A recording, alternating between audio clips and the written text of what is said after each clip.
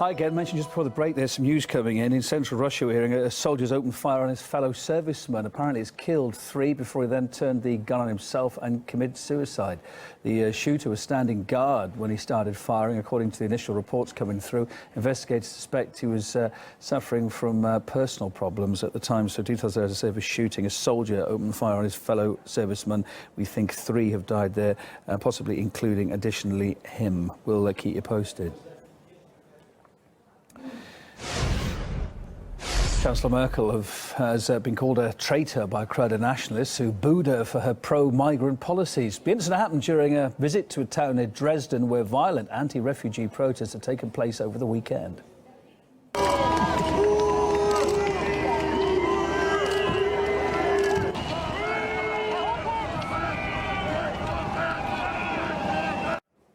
Angela Merkel's come under fire for a previous silence on the issue. Indeed, the hashtag #SilentMerkels emerged on Twitter, mocking the Chancellor's inaction as aggression towards newcomers is growing.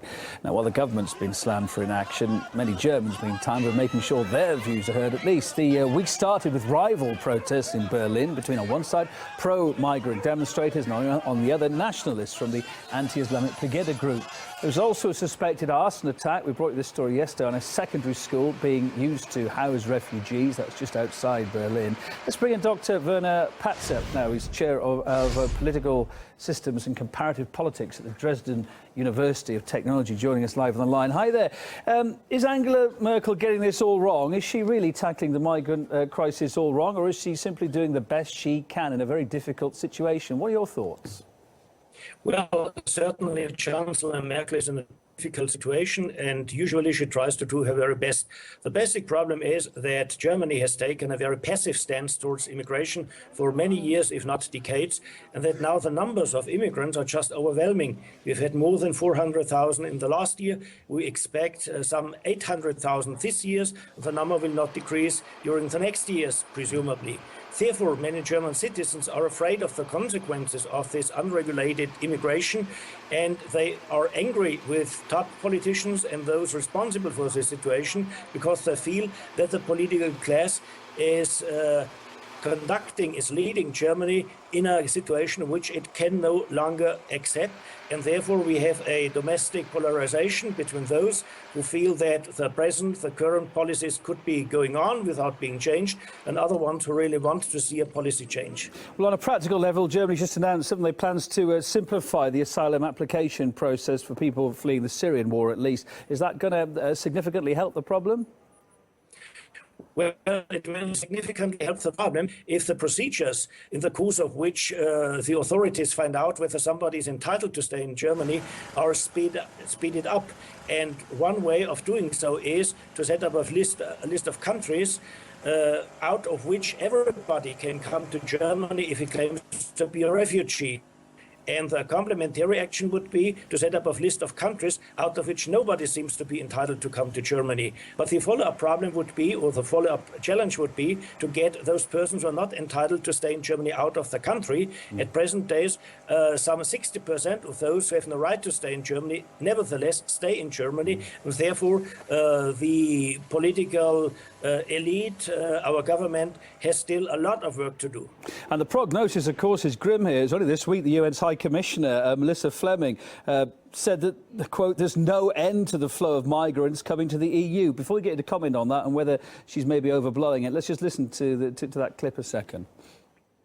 We are anticipating that this influx and this route is going to continue and at a rate of up to 3,000 people per day. We do not see any end to the flow of people to come in the coming months. And how worried should people in Germany and the rest of Europe be about her words there, her comments and that prediction?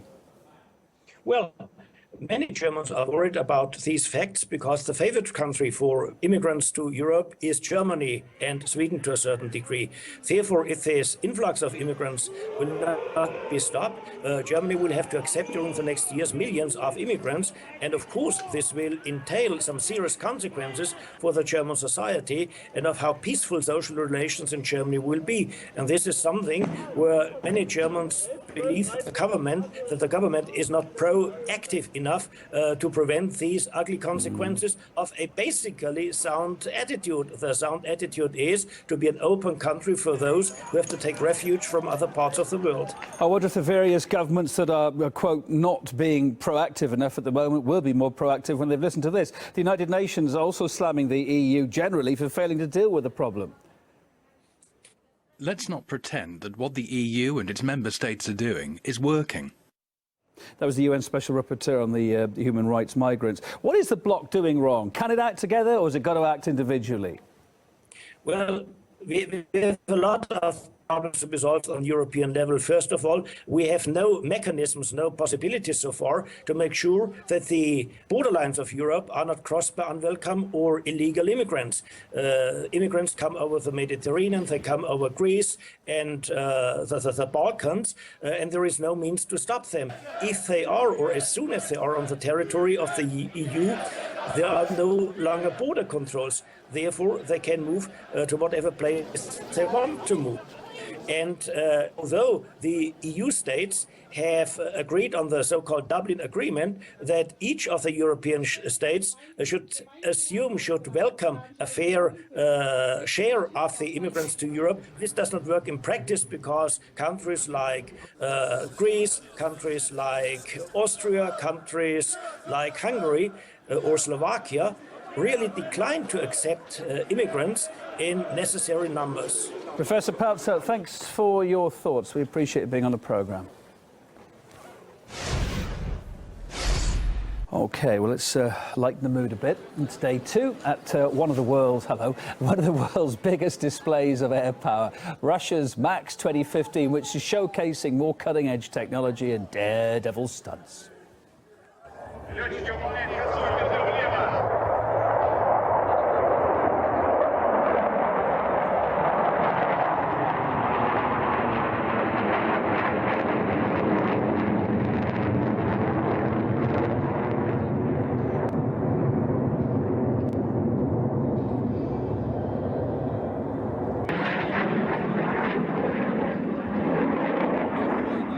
Well, from all the flying wonders on display at the show, we have picked our own top three for you. Here they are. The stars, Russia's newest fighter jet, the Sukhoi T-50, apparently an incredibly manoeuvrable machine. It was built to rival America's F-22, but the Russian plane managed to come out 3 times more affordable. Then there's this, the world's largest cargo helicopter, the Mi-26, chugging its way across the skies. A mean beast. It can carry up to 20 tons. A TV channel in Virginia. It was really shocking to see it earlier on. Karen Kwiatkowski is a retired US Air Force Lieutenant Colonel whose assignments included duties as a Pentagon desk officer and also a variety of roles at the National Security Agency. I don't know if you saw those pictures live earlier on. You know, these guys just doing their job and out of the blue. Gosh, it was shocking to see. I mean, it's too early to jump to conclusions. The television station themselves saying they don't know, or they've got no initial ideas over who may have been behind this. But have you got any thoughts on what the motive could have been? Well, what I'm looking at, what I'm seeing, it seems like it had a personal motive. I think the governor of Virginia gave a Q&A, and he said that it seems they're looking at a disgruntled employee, and they're supposedly the state police are chasing someone on our interstate, I-81 North. That's the latest. So they seem to know who it was, and I think there has been video segments that seem to show the shooter.